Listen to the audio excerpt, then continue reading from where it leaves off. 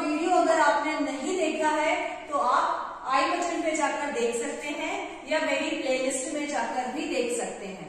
तो आइए आज हम दूसरा टॉपिक करेंगे भाषा और व्याकरण, क्योंकि किसी भी भाषा को व्याकरण के बिना नहीं सीखा जा सकता। तो आइए व्याकरण हम देखते हैं कि व्याकरण क्या चीज है।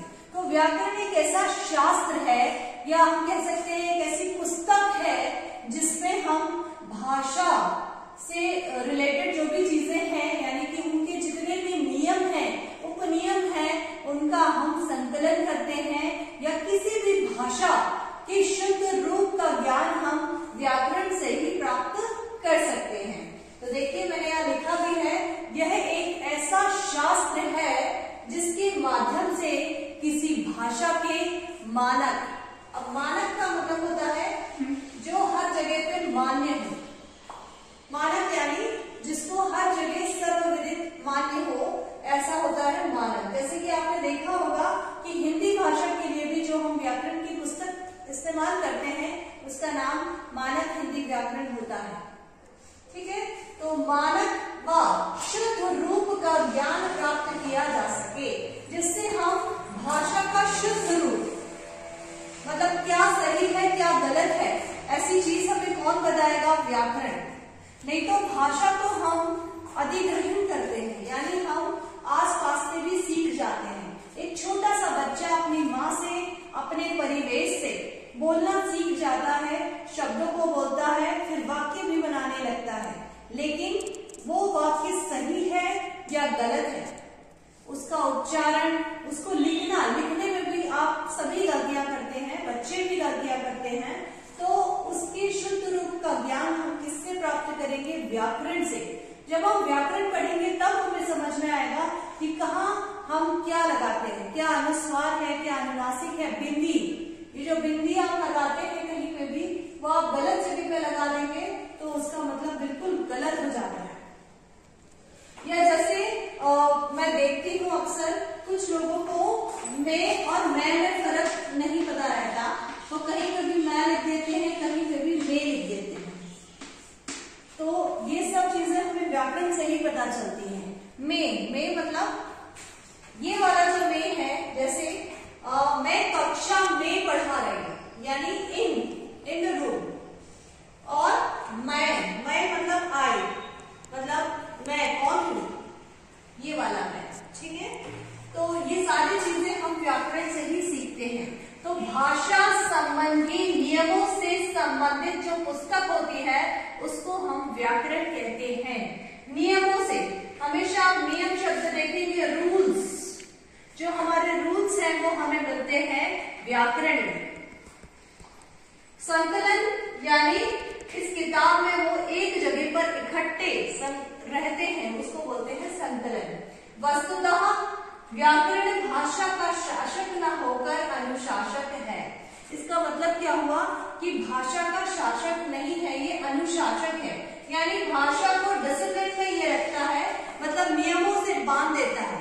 जैसे क्लास में टीचर आपको अनुशासन में बांध देती है, नियमों से बांध देती है कि आपको इतने बजे ही आना है, आपको ऐसे ही करना है, तो वैसे ही जो व्याकरण है वो भाषा को नियमों से बांध देता है और वो बताता है कि इस जगह पर आप कॉमा ही यूज करेंगे, इस जगह पर आप फुल स्टॉप यूज करेंगे।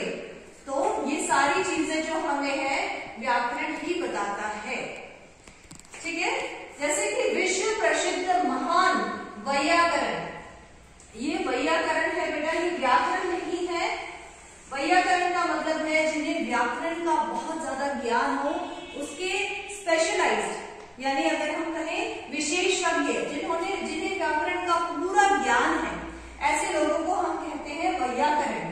तो ऐसे विश्व प्रसिद्ध आपने नाम सुना होगा महर्षि पाणिनि जी का, जिन्होंने संस्कृत की व्याकरण लिखी है, और इनकी जो पुस्तक है व्याकरण की उसका नाम है अष्टाध्यायी, यानी उसमें अष्ट यानी 8 अध्याय हैं, 8 चैप्टर्स हैं उसमें टोटल, और सूत्र तो बहुत है उसमें। तो आपको सूत्र नहीं देखना है, आपको ये पढ़ना है कि इन्होंने अष्टाध्यायी किताब लिखी है जो व्याकरण की बहुत प्रसिद्ध किताब है। ठीक है, एवं महर्षि पतंजलि बड़ा योगदान दिया है, तो इनको भी हम नहीं भुला सकते। ने व्याकरण को शब्द अनुशासन, शब्दानुशासन कहा है, यानी शब्दों को अनुशासन में बद्ध करना। तो ऐसा उन्होंने कहा है, अर्थात शब्दों का व्यवस्थित स्वरूप व्याकरण है। अगर हम शब्दों का व्यवस्थित ज्ञान प्राप्त कर लेते हैं तो इसका मतलब हम पूरा व्याकरण सीख जाते हैं। और मैं दावे से कह सकती हूँ कि आप लोगों में से भी बहुत सारे लोग ऐसे होंगे जो वर्णमाला भी भूल जाते होंगे कि वर्णमाला में कौन सा वर्ण कहाँ आता है और किन वर्णों को क्या कहा जाता है। वर्णों के भी नाम होते हैं।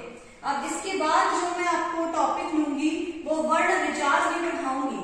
उसमें मैं हर वर्ण के बारे में आपको बताऊंगी, कैसे वर्णमाला में आप वर्णों को व्यवस्थित लिखते हैं और उनके नाम क्या है।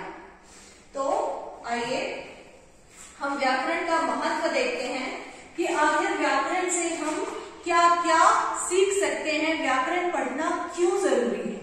तो मैंने शॉर्ट पॉइंट्स लिखे हैं, छोटे छोटे पॉइंट्स लिखे हैं। इन्हें आप चाहें तो इनको आप और एक्सप्लेन कर सकते हैं, लेकिन आप ऐसे पॉइंट्स में भी लिख सकते हैं।